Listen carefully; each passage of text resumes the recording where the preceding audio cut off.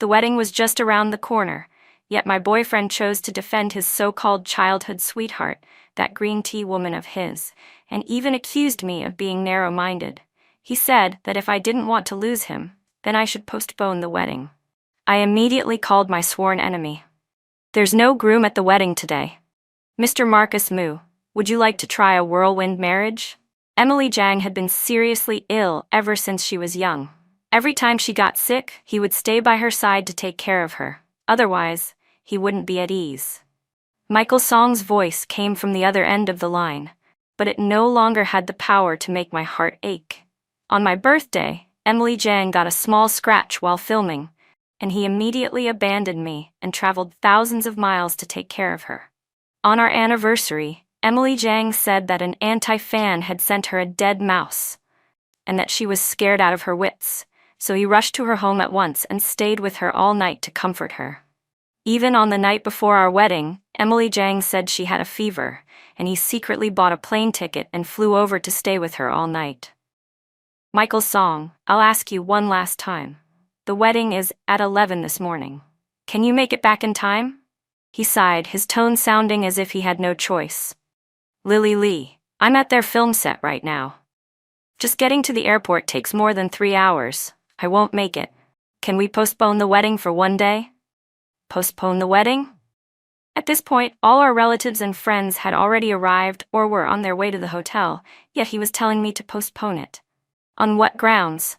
Lily Lee, on the grounds that you, Michael Song, are scum enough or that Emily Jang is green tea enough. Lily Lee, things between Emily and me aren't what you think. Don't be so petty. Petty? I think the two of you should just get married on the spot and stop wasting my time any further. I've watched the two of you put on this act for 4 years, and I'm exhausted. I let out a cold laugh and delivered my final ultimatum. If you can't make it back today, then we're over. Lily Lee, I know you're jealous and speaking out of anger, but I've already said it. It's just that I can't make it back in time. If you don't want to lose me, then just postpone the wedding. After saying that, he angrily hung up the phone, as if from beginning to end, I had been the one in the wrong. Right or wrong, it was all something I had brought upon myself. But from now on, it would never be like this again. I turned around, picked up the chair beside me, and smashed it hard into the wedding photo hanging on the wall. A loud crash echoed through the room. People outside rushed in, and when they saw the photo frames shattered all over the floor, everyone froze in shock. Lily, what's going on? What did that bastard Michael Song say? My best friend Anna Yang rushed over and grabbed my arm as I was about to lift the chair again, telling me not to hurt myself and saying she would smash things for me instead. The bridal room was a complete mess. My mother walked over and gently patted my shoulder. All right, don't get married anymore. Later, I'll have your father talk to your grandfather. I looked at her, the corner of my mouth lifting slightly, but my gaze was firm. Who says I'm not getting married?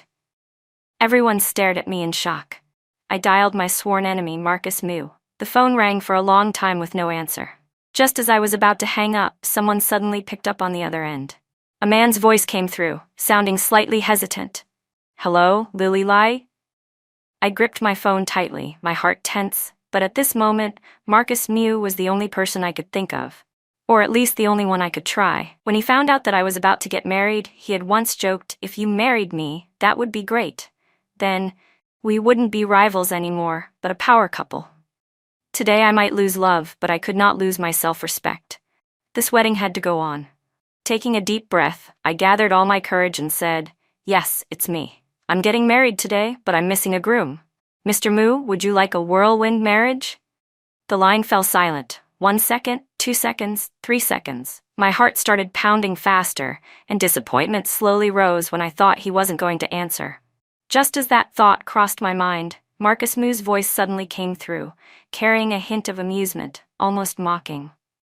Lily Lee, what kind of joke are you playing? I swallowed hard. If you don't want to, then forget I ever said it. You'll let me back out if I don't want to? He asked. You agree? You really agree? Yeah, I agree. He slipped back into his usual nonchalant manner, 3 parts serious and 3 parts joking, but then added, that said, I won't be a groom in name only. I frowned and asked what he meant. If I get married, it's to have a real wife. At the very least, she has to lie next to me so I can feel that you're a living, breathing person with warmth. You understand, right? I was silent for a few seconds before replying, "Deal." Marcus Mew asked what I needed him to do next. "Before 11 this morning, you have to be at the Hongview Hotel to be the groom, and we need a bridal suite. All right, leave it to me. I guarantee I'll make you satisfied." The call ended. I lifted my head and looked at the relatives and friends around me, all of them frozen in shock. "Marcus Mew?" My mother was the first to speak. "Is that the Marcus Mew you mentioned before, your sworn enemy in the business world?" I nodded. "Yes. But how can that be?" My mother's worry was obvious. "Isn't he your enemy? What if he takes advantage of the situation to sabotage you?" "Why not?" Anna Yang laughed, lightly nudging me. "Auntie, I actually think this is great. Marcus Mew is rich, handsome, and a veteran in the business world. Compared to that useless Michael Song, he's 100 times better." I gave a faint, indifferent smile. Between Marcus Mew and me, it was nothing more than mutual benefit. And that was fine. All I needed was for this wedding to go on. I could not let myself lose face because of Michael's Song, and even more so, I could not let my family be humiliated because of me. Michael Song's parents called me, trying to persuade me to postpone the wedding until tomorrow on his behalf, saying that he truly couldn't make it back in time. They warned me that if I insisted on not postponing it, and there was no groom at the wedding, the ones who would lose face in front of everyone would be me and my family, and that the Song family would not attend at all. I replied directly that the wedding would not be postponed. They assumed I was just throwing a tantrum and harshly criticized me for being stubborn and not thinking things through. Michael Song's mother even said with certainty, "The daughters-in-law of the Song family, generation after generation, have always been obedient and gentle. Lily, if you want to marry into the Song family, you need to learn to be soft, to stop being so headstrong." I hung up immediately, not bothering to listen to another word. Marry into the Song family? In their dreams. My parents have only one child, me. Because they loved me, they felt that the apartment allocated to Michael Song as a university lecturer was far too small, so they bought a neighboring townhouse within our own residential community to serve as our bridal home. The plan was that after the wedding, once we registered the marriage, the house would be jointly under our names. The Song family had happily accepted this arrangement. That was why our bridal home was only a few houses away from my parents' place. After smashing all the photo frames, I returned home and let the makeup artists begin their work. They started at 7:30 in the morning, and by 9:30, I was already dressed in a stunning wedding gown. Although there was no longer the romantic wedding motorcade we had originally planned, according to tradition, I still had to depart from my parents' home and head to the hotel. I knew very well that even though I had temporarily invited Marcus Mew to be the stand-in male lead, today's play could only be carried by me alone. No matter what, I had to make sure this wedding went on, and that it was grand. What I didn't expect was that just as we were about to set off, Marcus Mew had already arrived. Suddenly, the crisp sound of firecrackers rang out, and the air filled with joy and celebration. My second bridesmaid, Vivian Wang, ran into the room, beaming. "Lily, President Mew is here. There's a really long wedding motorcade downstairs." Outside, my second aunt cheerfully pulled at my second uncle and urged him, "Why are you still standing there? Hurry up and come out. Hurry downstairs and welcome the new groom," someone urged. "That's the custom in our family. If the eldest daughter of the elder uncle gets married, the elder uncle and aunt go out to receive the groom. If it's the daughter of a younger uncle or aunt, the elder uncle and aunt also come forward to welcome him. As for the bride's own parents, they sit and wait in the main hall on the first floor, waiting for the groom and the in-laws to enter together." I immediately ran barefoot to the window and looked downstairs. A long line of white luxury cars was parked neatly along the curb, forming an incredibly grand sight. My uncle and aunt were already standing at the door, personally welcoming the groom and the wedding procession. "Vivian, hurry and help me put on my shoes." I turned and sat down on the bed. I had no idea what Marcus Mew was planning, so I quickly tidied myself up and went downstairs. In the main hall on the first floor, a middle-aged man in a perfectly tailored suit stood there in silence, his buzz-cut hair and stern face giving off an imposing air as he fixed my father with a sharp gaze. He was Marcus Moo's father. I had run into him a few times before in the business world. As for Marcus's mother, this was my first time meeting her. She looked gentle and dignified, though her smile was almost overly radiant. At that moment, she was holding my mother's hand warmly and saying with a cheerful laugh, "My son keeps saying his wife is as beautiful as a flower, like precious jade." I figured the in-law must be a great beauty too. Now that I've seen her in person, it's exactly as I imagined. My in-law really is graceful and lovely. As soon as she finished speaking, they all turned toward us when they heard footsteps coming down the stairs. Lily, my daughter-in-law. I felt a little embarrassed and nodded politely. "Hello, Auntie." "That's not right. You should be calling me Mom," she corrected me with a smile. "Mom, don't get too excited," Marcus Moo said with a laugh from beside me. "Don't scare my wife." He took long strides toward me, and I immediately grabbed his hand and dragged him straight into an empty room downstairs, shutting the door behind us as I turned to question him. "Marcus Moo, what exactly are you trying to pull?" The corner of his lips lifted slightly. His flirtatious eyes swept over me, and that deep, captivating smile appeared again. Marcus Moo and I had been classmates for 4 years in college. After graduation, I took over my family's business and became his competitor. Over the 7 years we had known each other, I had always understood clearly that this man was like a hunting leopard, fierce, proud, and not someone to provoke lightly. But today I had no way out.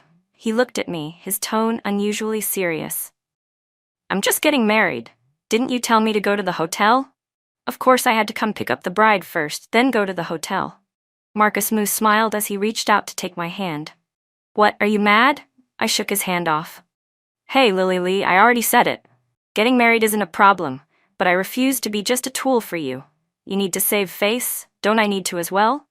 If I just showed up at the hotel like that, what would the people around me think?" "All right, I get it," I said, looking at him. I realized that I really had no reason to be angry. He wasn't wrong. I turned to look at the magnificent wedding motorcade outside the window, feeling both annoyed and amused. In just a little over 2 hours, how had he managed to arrange all of this? Marcus Moo studied me closely for a few seconds, his lips curving as a smile spread into his eyes. "Compared to you, how is this difficult at all?" I frowned. "What?" "Nothing," he said lightly. "Come on, wife, we should set off, otherwise time's gonna be tight." "Wife, my foot," I muttered. My face felt a little warm, but I still nodded softly. "Okay." Where we come from, according to wedding customs, when the bride leaves her family home, the groom must carry her into the wedding car. Any man who isn't strong enough to carry his wife isn't worthy of getting married. But before today, I truly never could have imagined that the man who would carry me in a romantic princess carry would be Marcus Moo. In my impression, this man had an extremely sharp tongue. With just that glib mouth of his, he could anger people, to the point of near explosion, more times than anyone could count. Back in college, during military training, the period when feelings were most likely to spark, I once had a slight crush on our class monitor, a tall and handsome guy. One time, I pretended to be weak and successfully got the class monitor to help me carry a large, heavy water jug. But at that exact moment, Marcus Moo casually threw out a line. "Lily Lee, is your hand broken or something?" The kind-hearted class monitor quickly said that everyone was exhausted after training and that the water jug was heavy, so he was just helping me out. Yet Marcus Moo immediately snatched the jug away, unscrewed the cap, tilted his head back, and drank it all in one long gulp. Then he stuffed the empty jug back into my hands. "Now you can carry it, right?" At that moment, the atmosphere instantly became unbearably awkward. I hated him so much, I almost burst into flames on the spot. The class monitor was also clearly embarrassed, and from that day on, he no longer interacted with me. And just like that, my beautiful little romance died before it even had a chance to begin. Thinking back now, perhaps the feud between Marcus Moo and me officially began at that very moment. From then on, the more I saw him, the more irritating he became, and he never missed an opportunity to provoke me either. After graduation, I thought we would go our separate ways and have nothing more to do with each other. I never expected that he was also a local. And not only that, but our family businesses ended up competing directly with each other. As a result, the two of us frequently clashed head-on over market share. That name alone used to make me grit my teeth in anger, to the point where I sometimes even wanted to secretly drag him into an alley and beat him up. And yet, the very person who infuriated me the most had now become the only one who could help me out of trouble. Even thinking about it now felt strangely surreal. The wedding banquet began at 11 in the morning. When the bride and groom stepped onto the stage, the entire hall erupted immediately. Wait, something's not right about the groom. Wasn't the groom supposed to be Michael's Song? This man is much taller than Michael's Song, and a lot more handsome too. Has anyone noticed? It seems like no one from the Song family is here at all. What is the Lee family doing? Did Lily Lee change grooms at the last minute? This is really dramatic. I looked at the guests, intending to take the microphone from the host to explain, but Marcus Mew was one step faster and took the microphone first. He held my hand and faced the audience below the stage. Hello everyone. Allow me to introduce myself. My name is Marcus Mew, and today I am Lily Lee's husband. Thank you all very much for coming to attend our wedding and for witnessing how our love has endured countless trials and tribulations, finally parting the clouds to reveal the bright moon. I couldn't help but lift my head to look at him. This mouth of his really did dare to say anything. Still, I had underestimated Marcus Mew. This man truly knew how to create a scene. Even the host's script had been changed at the very last minute. Next, the host spoke non-stop, recounting our so-called love story, how two evenly matched rivals had met as fated enemies, how we had shared 7 tumultuous years of love, how supporting characters had appeared along the way, but were merely catalysts that helped us realize our true feelings, how true lovers are destined to meet no matter the distance, while third parties were nothing more than clowns passing through. If no one knew what had happened before today, they would have thought that from beginning to end, the only protagonists of this wedding had always been Marcus Mew and me, with absolutely nothing to do with Michael's Song. Fortunately, the Song family had truly meant it when they said they wouldn't come. No one from their side showed up at all. Otherwise, those words might have infuriated them so badly that they would have fainted on the spot. Originally, Michael's Song and I had prepared a few small surprises for the wedding, but now that the groom had been replaced, all of that instantly became meaningless. Fortunately, although Marcus Mew had a vicious tongue, he was also a master communicator. With sheer force, he turned what could have been an awkward, stiff wedding into a celebration that was both romantic and humorous. It could be considered that this hurdle had been smoothly overcome. Next came the ring exchange. I had prepared in advance, planning to casually use the rings that were originally meant for Michael's Song and me to get through the ceremony. Whether they fit or not, Marcus Mew would just have to put one on. However, when the ring box was presented, I suddenly froze. This box did not belong to Michael's Song and me. I looked at Marcus Mew in shock. Following the host's cue, he smiled and opened the small velvet box, revealing a dazzling diamond ring that was blindingly bright. Oh my God, that diamond is huge, at least 10 carats. I'm so jealous. Such sweet love. When will it be my turn as a beauty like me? Tall, rich, and handsome. He's dozens of times better than Michael's Song. If it were me, I wouldn't choose Michael's Song either. If Michael's Song were here, he'd probably be so angry, he'd vomit blood. So what's really going on with this last-minute groom swap? This doesn't seem simple at all. Ah, who cares? Just focus on eating the dog food of love. Below the stage, the guests were all extremely excited. On stage, I silently slipped the ring onto my finger and felt it fit so perfectly it was almost suspicious. A strange sense of panic suddenly rose in my chest. At that moment, the host smiled and now we invite the groom to give the bride a seal of love, also known as a passionate kiss. Is everyone looking forward to it? Yes. Louder, are you looking forward to it? Yes.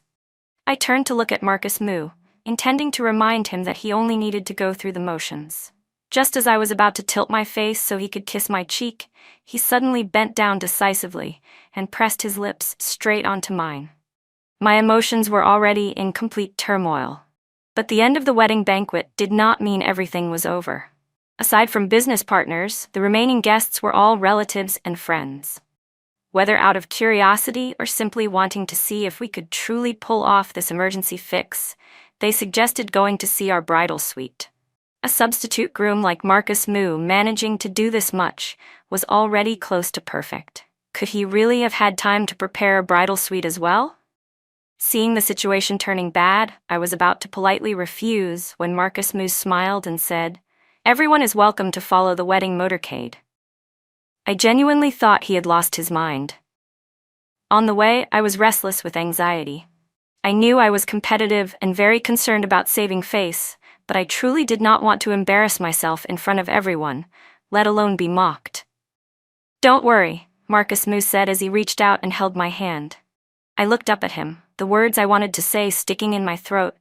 I wanted to blame him for agreeing to that request, but thinking it over carefully, he had already done far more than enough today. However, when we arrived, I realized how wrong I had been. His "don't worry" was not empty reassurance at all, because everything had already been prepared. The spacious villa was brightly lit. Red carpets stretched across the ground, fresh flowers bloomed everywhere, and archways entwined with red roses stood in rows. Everywhere radiated the unmistakable message of money and over-the-top romance. Marcus Moo leaned close to me and whispered, "The decoration team just left." From the entrance to the living room to the bridal suite, everything was perfect to an almost frightening degree. And the most frightening part of all was that there were even wedding photos.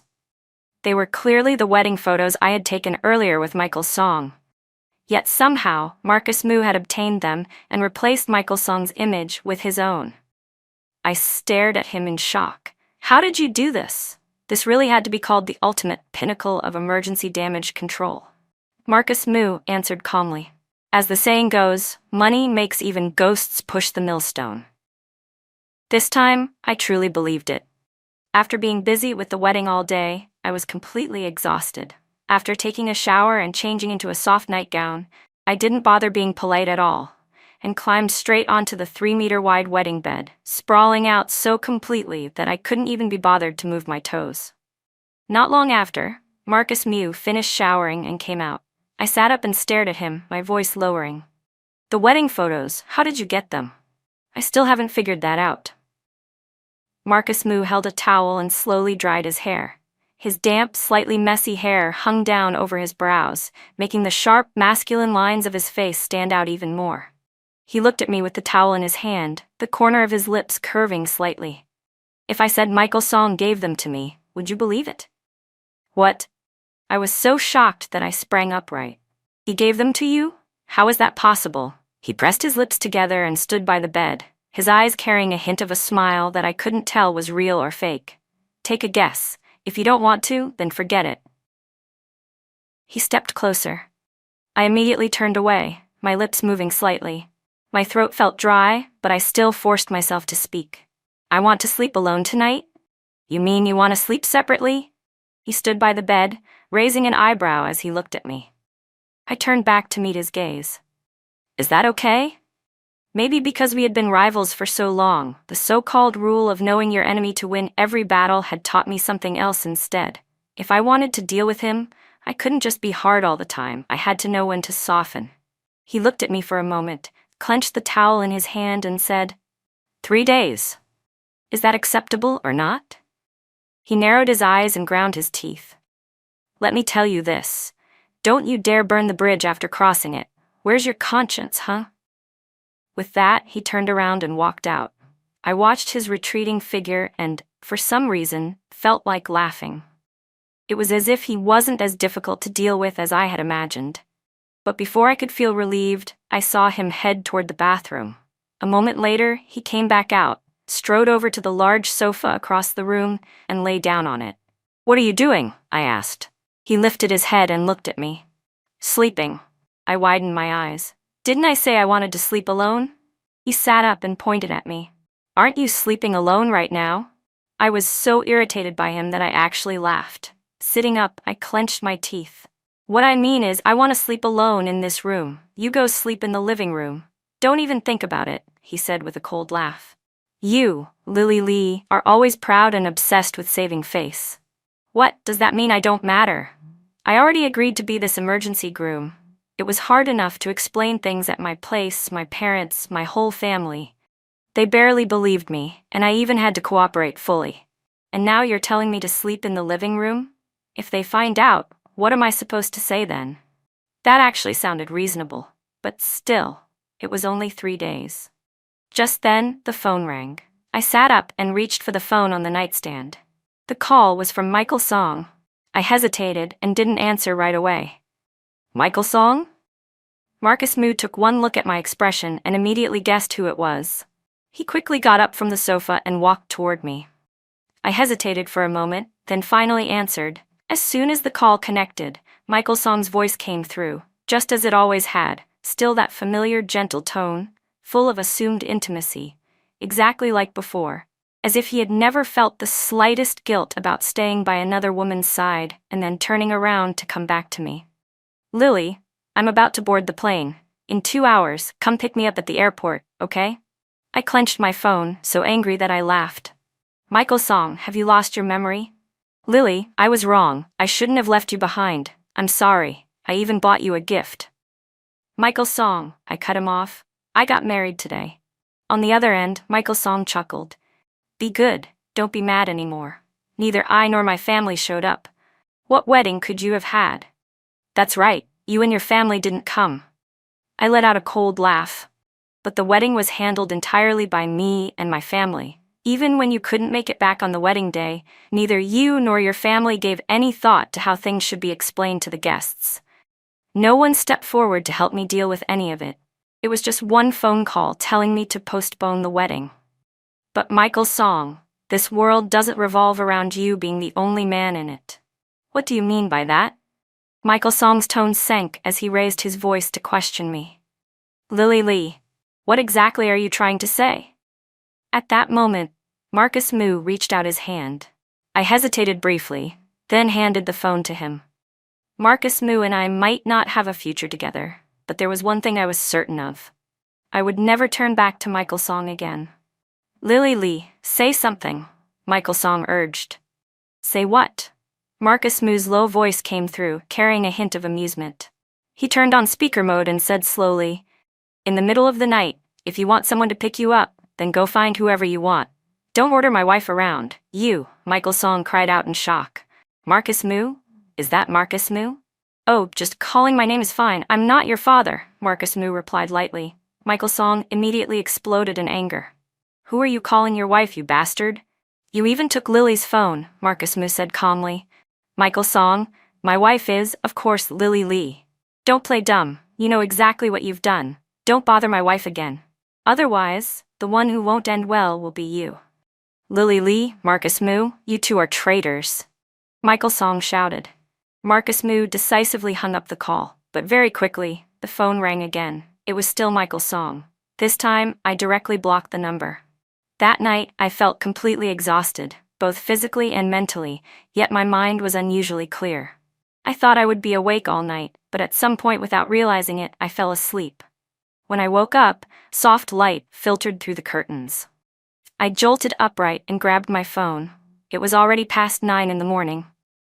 I jumped out of bed at once. According to local custom, on the second day after getting married, I had to return to my parents' home. I quickly washed up, but then suddenly remembered that I had only brought one change of clothes with me yesterday. I pressed my forehead and let out a quiet sigh. I planned not to shower again, just do some light makeup and leave right away. But when I stepped out, I was surprised to see a neatly folded set of clothes laid out on the sofa. From the inside out, everything was exactly my size. I couldn't help but laugh. This man, who would have thought Marcus Moo could be so thoughtful?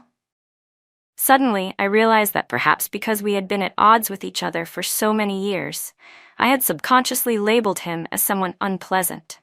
I had only ever seen his sharp tongue and arrogance, never stopping to consider his other sides. I showered, changed, put on makeup, and then left the room. You're up, Marcus Moo said.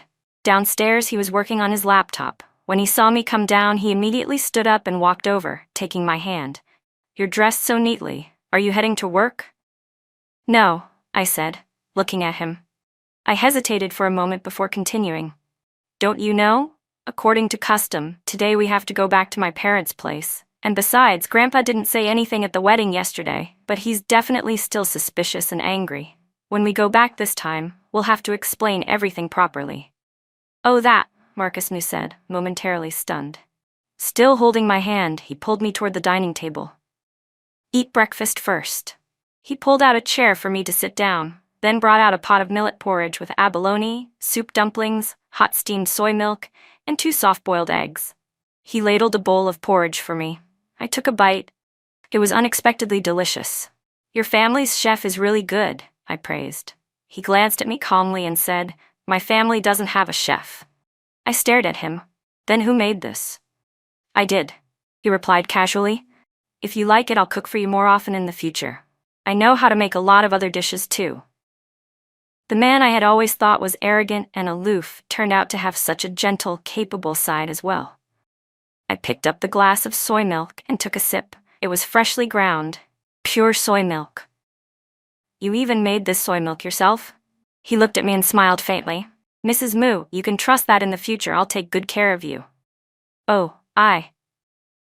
Suddenly, I found myself unable to meet the deep gaze in his eyes. I lowered my head and continued eating breakfast. After we finished, I was about to clean up the dishes, but Marcus Moo caught my hand. He still wore that casual, unrestrained demeanor of his, yet his low voice was magnetic and far gentler than when we used to argue back and forth. "Such pretty hands, how could they be used to wash dishes? Leave this kind of hard work to your husband." He took the stack of dishes from my hands and started cleaning up. His movements were a little clumsy as he put the dishes into the dishwasher, while I stood nearby watching. I suddenly remembered the last time I went to Michael Song's place to cook. I wasn't good in the kitchen. The 2 dishes I made that day were mediocre at best, both in appearance and taste. But at least Michael Song had been polite enough to finish them. When I took the dishes to wash, he had hugged me from behind and said gently, "You're really lucky to have a wife who's both beautiful and capable."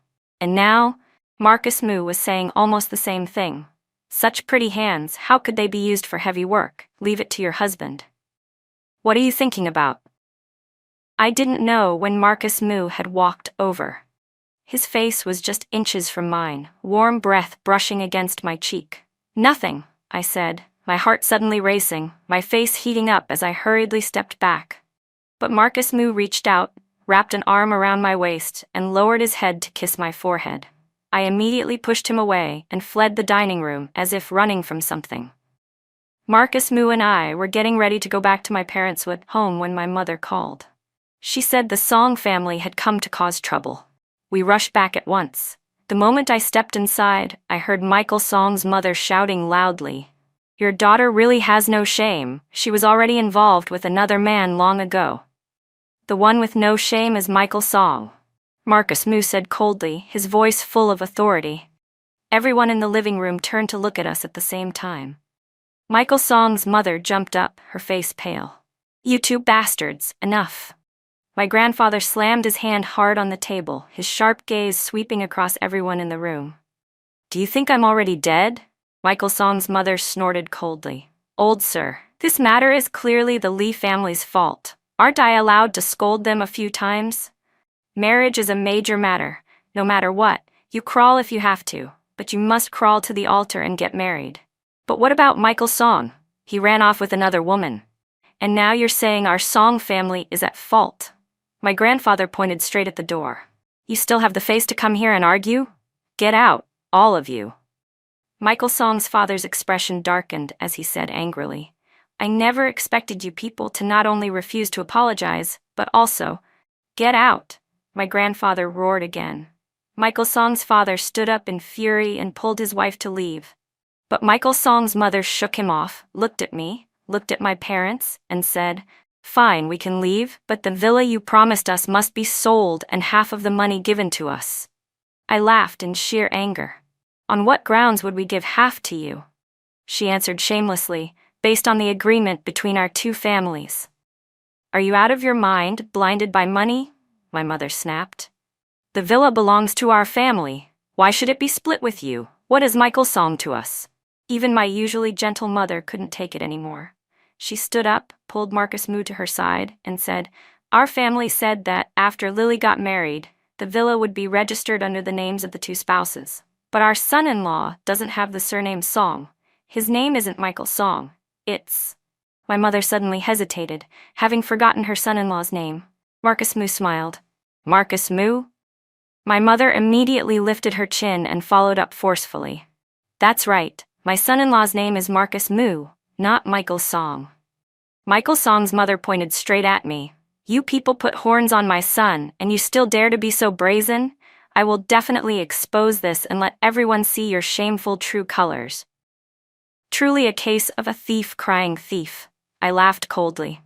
With parents like you, no wonder you raised a piece of trash like Michael Song. Furious, Michael Song's mother stormed off, and before leaving, she loudly threatened me, Lily Lee, just you wait. At that moment, Marcus Moo's phone rang. He answered and said only one sentence. Got it. I'll be right there. Then he turned and walked out of the house. I immediately followed him and saw his assistant, Frank Fang, parked outside the villa gate. After passing through the iron gate, Frank handed Marcus Moo a document folder. Just then, Michael Song's parents were also heading out. Marcus Moo took the folder and handed it straight to them. Take it and look carefully. I have plenty more things like this. Go ahead and spread the rumors if you want. I'd like to see who ends up losing face. Michael Song's parents' expressions shifted from shock to livid darkness. They hesitated for a moment, but in the end, they still took the folder and left. Afterward, I asked Marcus Moo what he had given them. But he only smiled and didn't answer. My mother sighed with emotion. Before, I only thought the Song family was a bit pragmatic. Seeing that Michael Song was a university professor, refined, polite, gentle, and mild, I didn't think too much of it. After all, Lily wouldn't be living with her in-laws. As long as the two of them got along, it would be fine. But now that I think about it, it's really fortunate that our Lily didn't marry into that family. We hurried back to my parents' home. I had assumed that, just like me, Marcus Moo surely wouldn't have had time to prepare any return gifts. My family members were all reasonable people, and no one mentioned it. However, after the guests gradually left, Marcus Moo went out again. When he returned, he was carrying a long rectangular box along with two smaller boxes. I asked curiously, "What are these?" "Come here and help me hold them," he said, looking at me. I stepped forward and took the two smaller boxes. They weren't very heavy, but the long box in his hands looked anything but light. Just then, my mother came in carrying a plate of fruit and asked curiously, "Marcus, what's that?" Marcus Moo hugged the long box, calmly walked up to my grandfather and said naturally, "This is a gift my parents asked me to bring for you."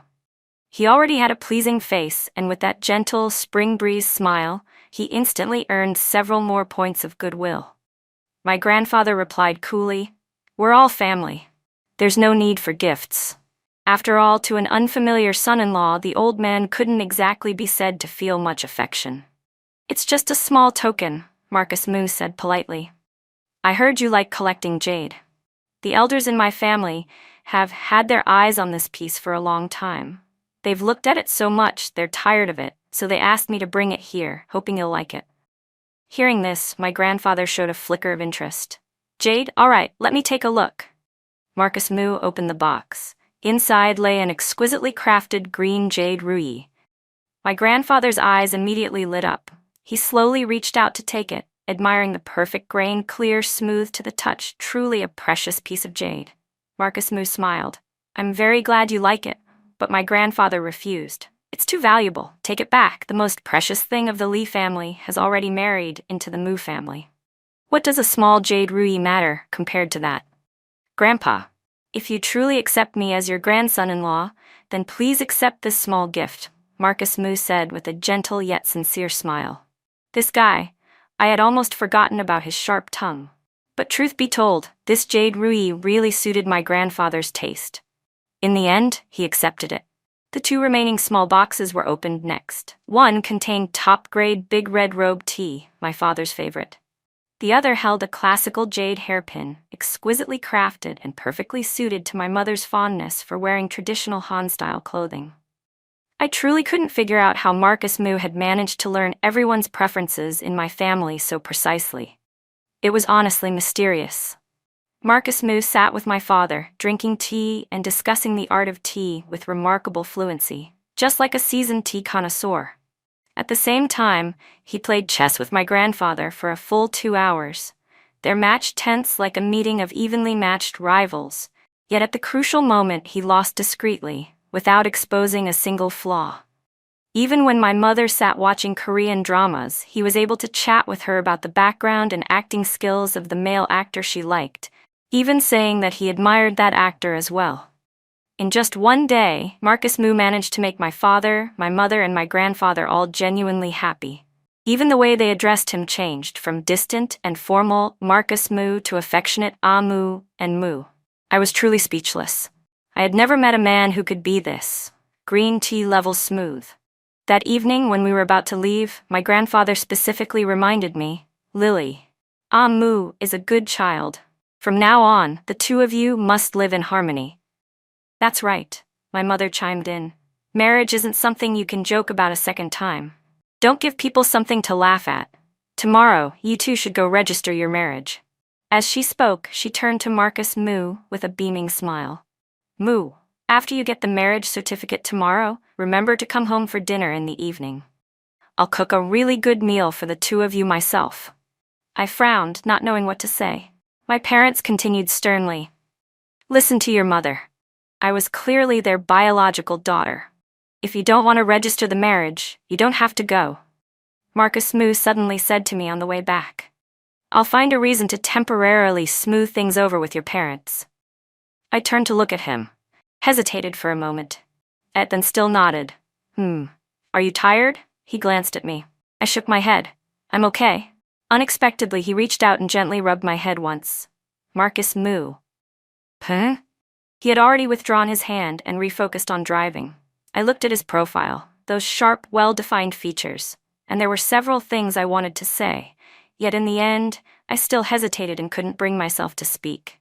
Didn't he think that action had been a bit too intimate?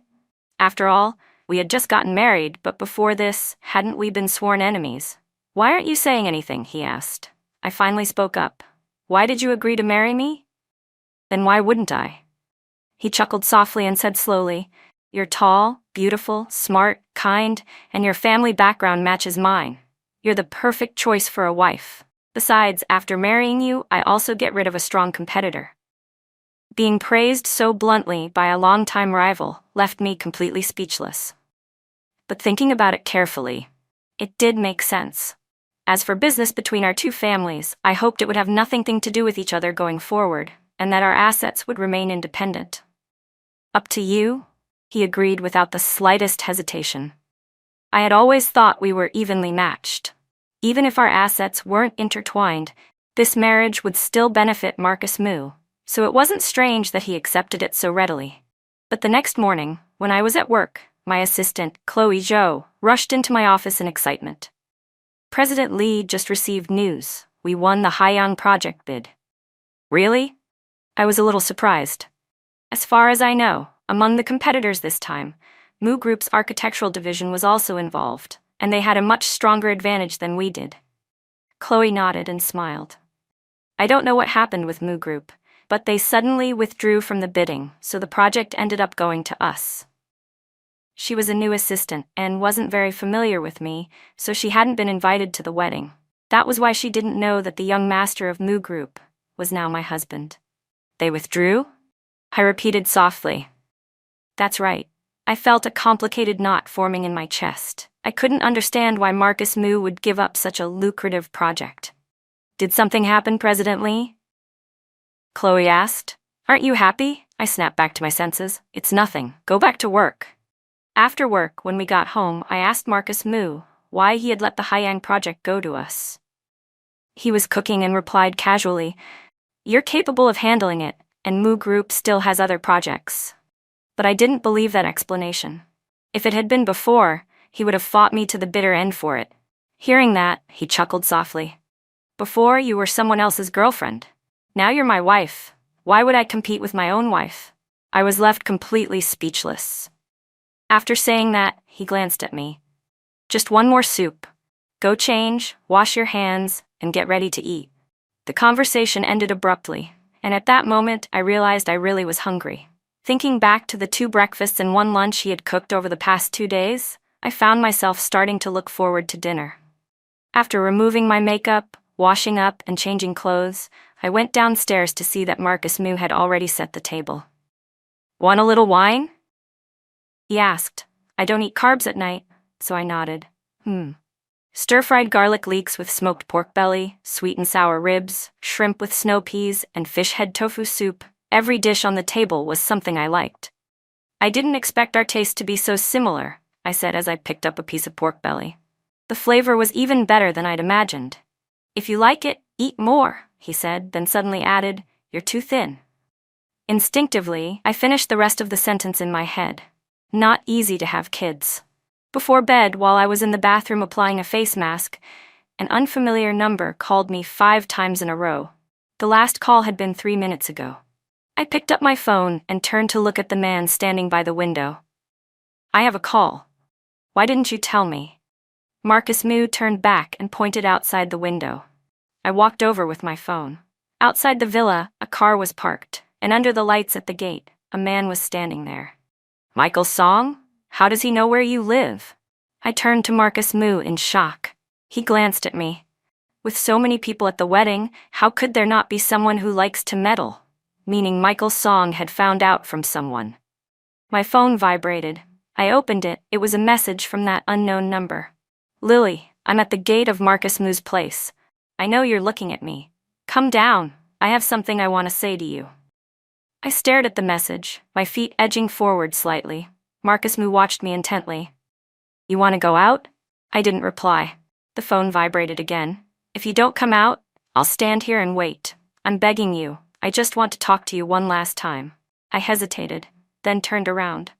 Marcus Moo immediately reached out and grabbed my arm, his brows lifting slightly. Have you thought it through? I nodded. Just this once. I'll go with you. Up to you. I stepped outside. The moment the gate opened and I walked out, Michael Song rushed toward me.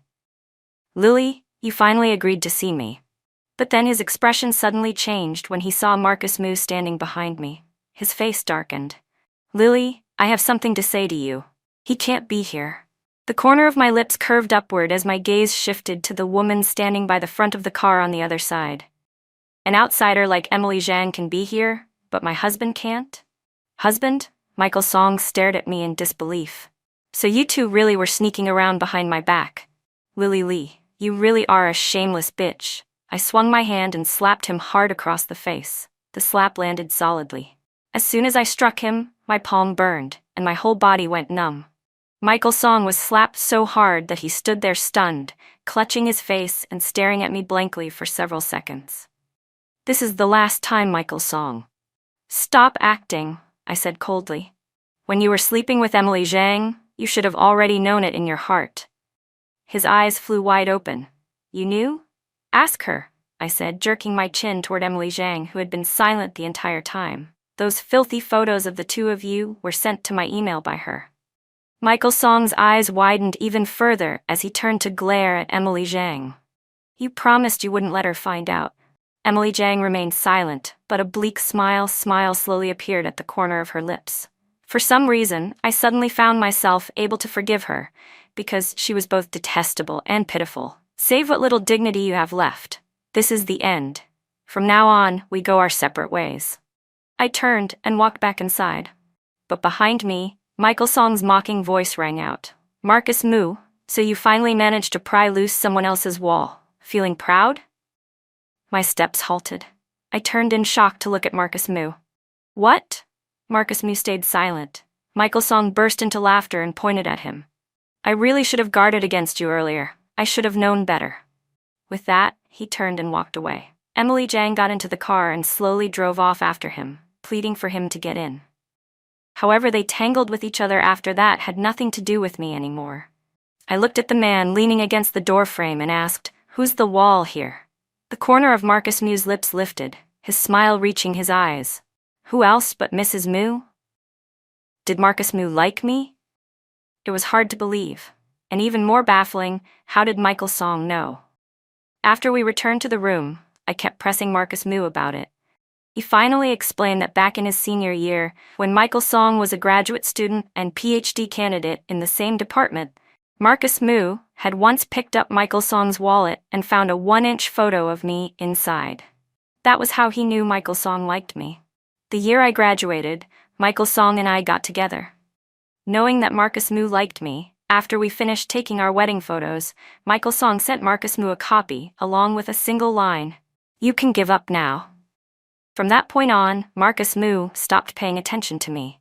He lay sprawled on the sofa, staring straight at me without saying another word. It wasn't until I spoke that he finally reacted. "But weren't we always sworn enemies?" He frowned and snorted softly. "Who would bother being your enemy? There's nothing to it. I just like you, that's all." After saying that, he immediately lay back down on the sofa, closed his eyes tightly, and completely ignored me. Curious, I leaned in closer to take a good look and suddenly noticed that his ears were slightly red. Oh, was he embarrassed? A sharp-tongued man like him could actually be shy? That was eye-opening. "Marcus Moo, are you embarrassed?" I teased. "Come on, confess honestly, ha!" I laughed loudly. Watching my sworn enemy blush was truly one of the most satisfying moments of my life. Marcus Moo immediately sat up, grabbed my hand, and yanked me down onto the sofa. His whole body pressed against mine. Hey, you're heavy. Get off." I tried to push him away. He braced his hands on either side of me, half his weight bearing down, those deep, dangerous eyes staring straight at me. "Laugh again, and I'm sleeping on the bed tonight," he threatened. I swallowed hard and didn't dare make a sound. The next second, Marcus Moo let me go. I sprang up immediately, dashed to the bed like the wind, and pulled the blanket over my head. The atmosphere instantly turned awkward, but within that awkwardness, I fell fast asleep. The next morning, when Marcus Moo woke up, I woke up as well. He walked over to the bed, gently tugged at my blanket, and said, "It's still early. Sleep a bit longer. I'll wake you when breakfast is ready." I murmured, burrowing into the blanket and drifting back to sleep. When I woke again, it was already 6:50 a.m. I got up, washed my face, brushed my teeth, and put on a face mask. At exactly 7:10, Marcus Moo called me. When I went downstairs, breakfast was already laid out. After we finished eating, Marcus Moo said, "My mom says we should go back for dinner tonight. Is that convenient for you?" "It is," I replied. He smiled. "So today I'll drive you to work, and after you get off, I'll pick you up and we'll go home together." I thought about it for a moment and nodded. All right. But unfortunately that afternoon, when Anna Yang and I, along with the technical department manager, went to inspect a construction site, a stone suddenly fell from above and struck my head. It was an accident that came out of nowhere. There was a lot of bleeding, and I was rushed straight to the hospital. The diagnosis was a concussion, and the doctor required me to be admitted for observation. As soon as the examination was completed, Marcus Moo hurried over.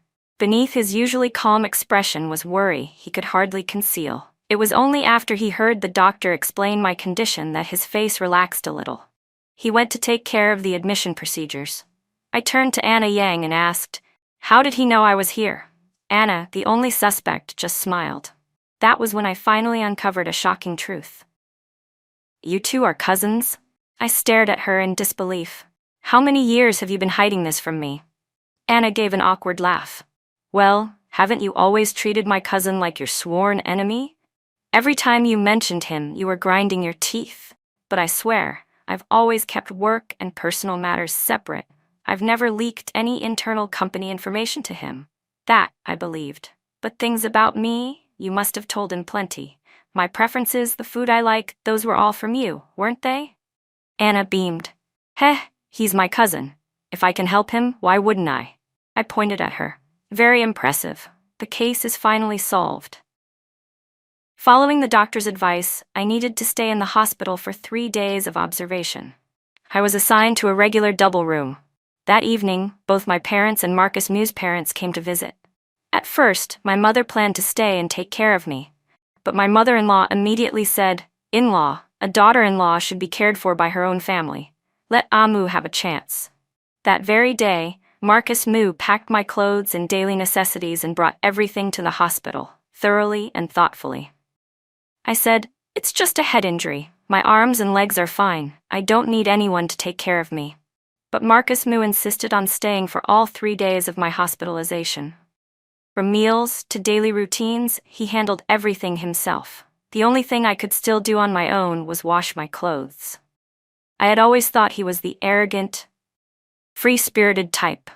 I never expected that when it came to taking care of someone, he would be so meticulous and patient. On the 4th day, after another checkup, the doctor informed me that I could be discharged. However, there was an urgent matter at the company, so Marcus Moo had to go deal with it.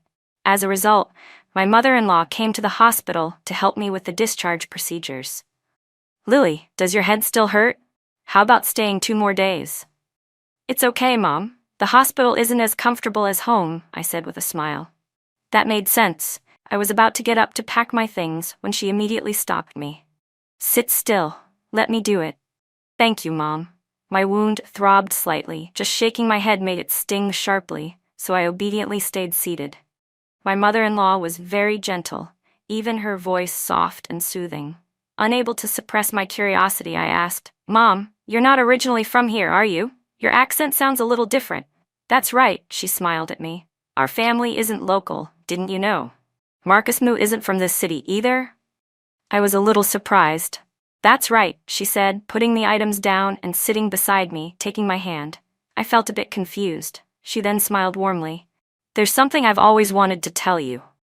"What is it?"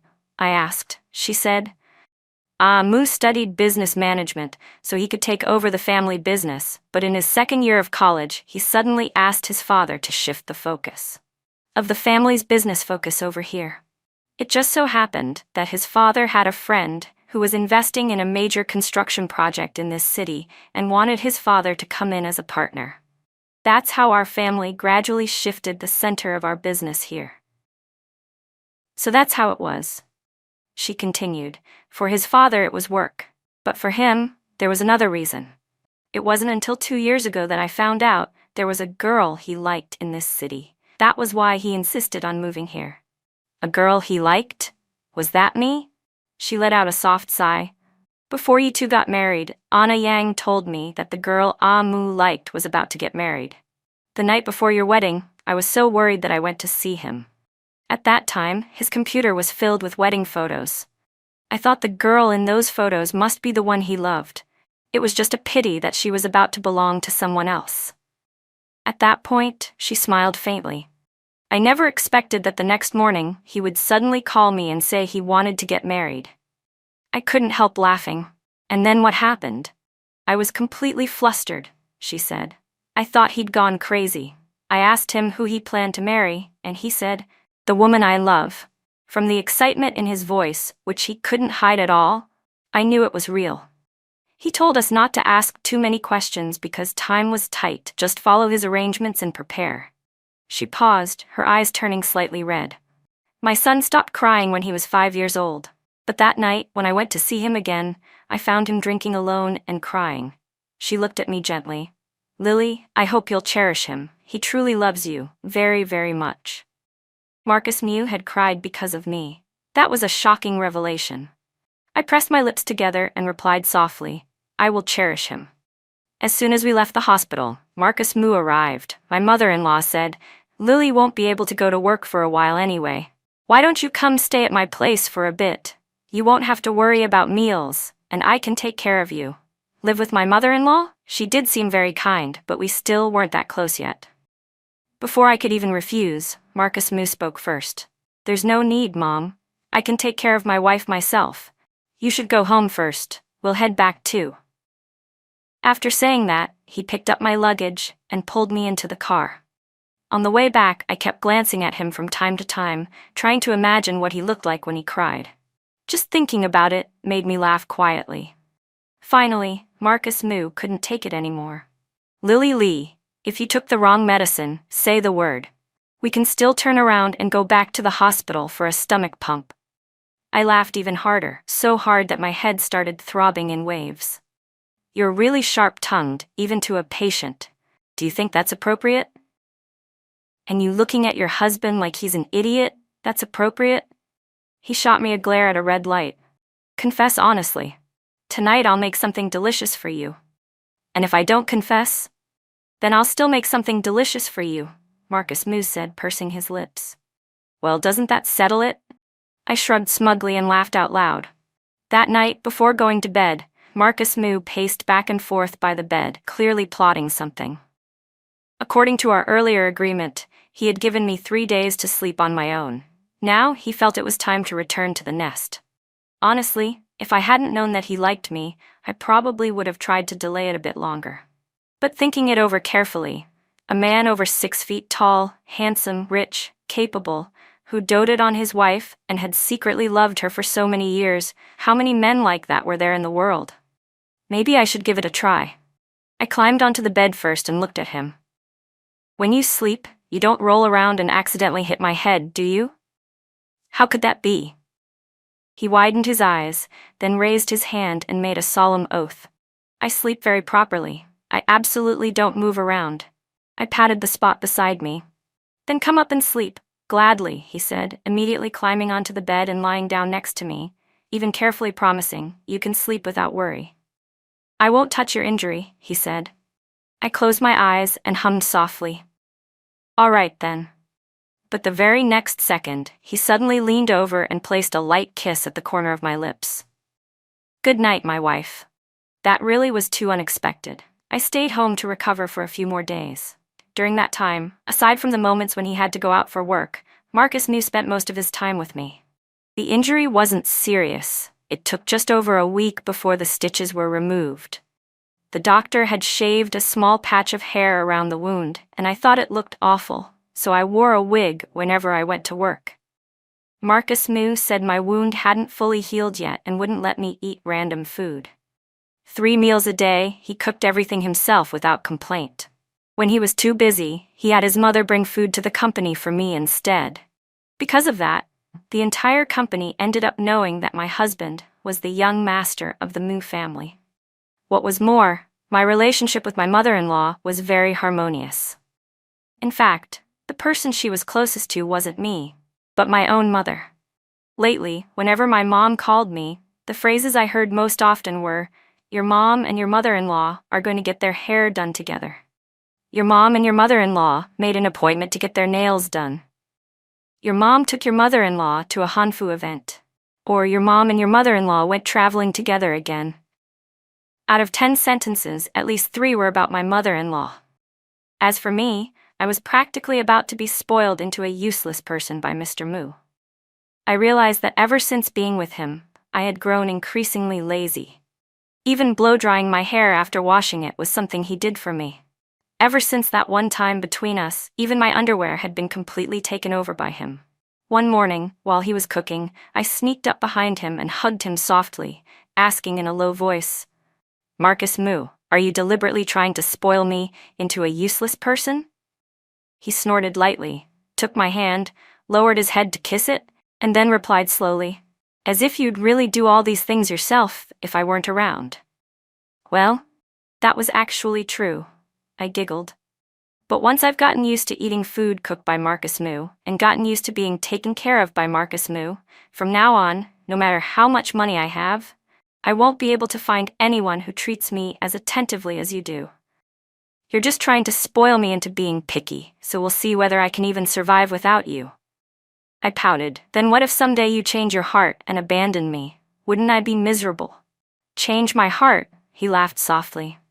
Give me a break. I got through 7 years of unrequited love. Now that I've finally got you, do you really think I'd let go? He turned around and lowered his head to kiss me. His voice was firm. Don't even dream about it, Mrs. Moo. You can't escape. Oh, really? Then I'll gamble once, bet everything on this ending. Marcus Moo and I still hadn't registered our marriage. I didn't know what he had said to convince his family, but they never once urged us about it. He said he would wait until the day I truly thought it through and wanted to walk through the rest of my life with him. Then we would go register our marriage. 4 months after the wedding, I became pregnant. On the day of my prenatal checkup, I looked up at the winter sun reflected above me, warm sunlight melting snow, dazzling and bright.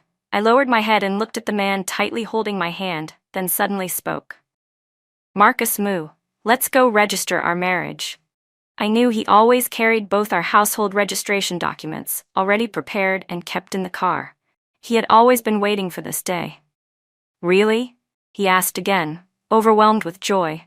I had thought he would ask whether I was deciding to marry him because of the baby. But from the moment we completed the procedures to the very end, he did nothing more than pull me into his arms, let me go, lower his head to kiss me once, and then say excitedly, "Thank you, my queen, for granting this humble subject a proper title.